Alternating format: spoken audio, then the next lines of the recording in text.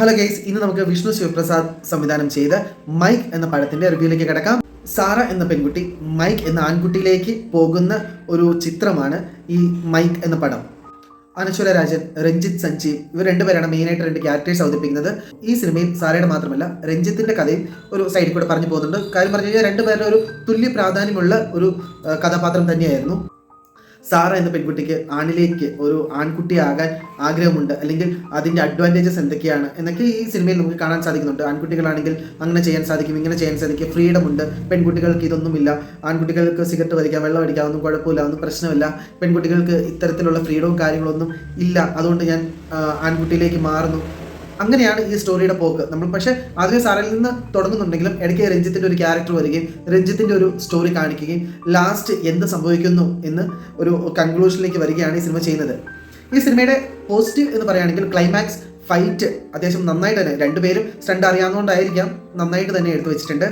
Cinema ഒത്തിരി ബോറടിപ്പിക്കുന്ന രീതിയിലേക്കൊന്നും പോയിട്ടില്ല. എന്നാൽ ഈ പറയത്തക്ക ഒരു അഡ്വാൻറ്റേജസ് ഉള്ള പടമാണെന്ന് നമുക്ക് പറയാൻ സാധിക്കില്ല.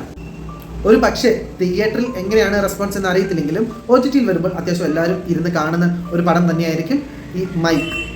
അനശ്വര രാജൻ വളരെ നീറ്റായിട്ട് തന്നെ ആ റോള് ഹാൻഡിൽ ചെയ്തിട്ടുണ്ട്. ബട്ട് രഞ്ജിത്ത് സജീവ് ഒരു സ്റ്റോറി ചെയ്യുന്നുണ്ടെങ്കിലും അത്രയ്ക്കൊരു ക്ലാരിറ്റി അല്ലെങ്കിൽ അത്രയ്ക്കൊരു അഭിനയ മികവൊന്നും നമുക്ക് കാണാൻ സാധിക്കുന്നില്ല. നോർമലായിട്ട് ഒരു പുതുമുഖം നടൻ വരുന്നു, ഒരു ചെറിയ രീതിയിലേക്കൊന്ന് കാണിച്ചു വെക്കുന്നു. ഒരു പക്ഷേ സംവിധായകൻ്റെ ഒരു കുഴപ്പം കൊണ്ടാവാം. കാരണം പുതുമുഖമാണെങ്കിലും പഴയ മുഖമാണെങ്കിലും അഭിനയം നമുക്ക് കാണണം.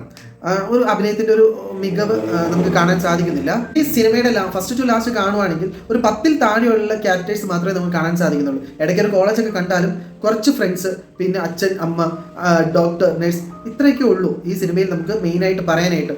ഒരു ഡിഫറൻ്റ് ആയിട്ട് ഒരു ചിന്താഗതിയുള്ള പെണ്ണ് എന്ന് നമുക്ക് പറയാൻ പറ്റില്ല. എല്ലാവരും പറയുന്ന പോലെ, നമ്മൾ പഴയ സിനിമയിൽ കാണുന്ന പോലെ തന്നെ, അല്ലെങ്കിൽ ക്യൂൻ എന്ന സിനിമയ്ക്കകത്തൊക്കെ പറയുന്ന പോലെ തന്നെ ചില കാര്യങ്ങൾ നമുക്ക് ഇതിലും കാണാൻ സാധിക്കും. പെണ്ണുങ്ങൾക്ക് അങ്ങനെയാണ്, പെണ്ണുങ്ങൾക്ക് ഇങ്ങനെയാണ്, ബോയ്സിന് അങ്ങനെയാണ്, ഇങ്ങനെയാണെന്നൊക്കെയുള്ള ചെറിയ ചെറിയ കാര്യങ്ങൾ കാണാൻ സാധിക്കും. വലിയൊരു തിരക്കഥ ഈ സിനിമയിൽ നമുക്ക് കാണാൻ സാധിക്കില്ല. തിരക്കഥ സ്ട്രോങ് അല്ലാത്തത് കൊണ്ട് തന്നെയായിരിക്കും സംവിധായകൻ അതിന് മാത്രമുള്ള റിസ്കുകളും എടുത്തിട്ടില്ല. ജോൺ അബ്രഹാം, ഹിന്ദി നടൻ, ആദ്യമായി മലയാളത്തിൽ പ്രൊഡ്യൂസ് ചെയ്യുന്ന സിനിമയാണ് മൈക്ക്. വൺ ടൈം വാച്ചബിൾ പടമാണ്. കാരണം ഒത്തിരി ലാഗിങ്ങോ അല്ലെങ്കിൽ സ്റ്റോറി കുറവാണെങ്കിലും നമുക്ക് ഒത്തിരി ബോറടിപ്പിക്കുന്ന ഒരു രീതിയിലുള്ള ഒരു കഥയിലേക്കൊന്നും പോകുന്നില്ല. എല്ലാം പടപടയെന്ന് പറഞ്ഞിട്ട് പോകുന്നുണ്ട്. 2-2.5 മണിക്കൂറൊന്നുമില്ല, ഏകദേശം 2 മണിക്കൂർ അടുത്തേ സിനിമയുള്ളൂ. എല്ലാവരും സിനിമ പോയി കാണാം. കാരണം ഒരു ആവറേജ് പടമാണ്. വലിയ നല്ല സോങ്സ് അല്ലെങ്കിൽ നല്ലൊരു ഡാൻസ് അങ്ങനെയൊന്നും പ്രതീക്ഷിക്കേണ്ട. അവസാനത്തെ ഫൈറ്റ് നല്ലതാണ്. ആക്ടിങ്, അനശ്വരയുടെ നല്ല ആക്ടിങ് ആണ്, നല്ല കഴിവുള്ള ഒരു കുട്ടിയാണ്. സംവിധാനം അത്രയ്ക്കൊരു ക്രിട്ടിസൈസ് ചെയ്യാൻ മാത്രമുള്ളതൊന്നുമില്ല. എല്ലാവരും തിയേറ്ററിൽ തന്നെ പോയിരുന്ന് കാണുക. കണ്ടിട്ട് എനിക്ക് കമൻറ്റ് അറിയിക്കുക.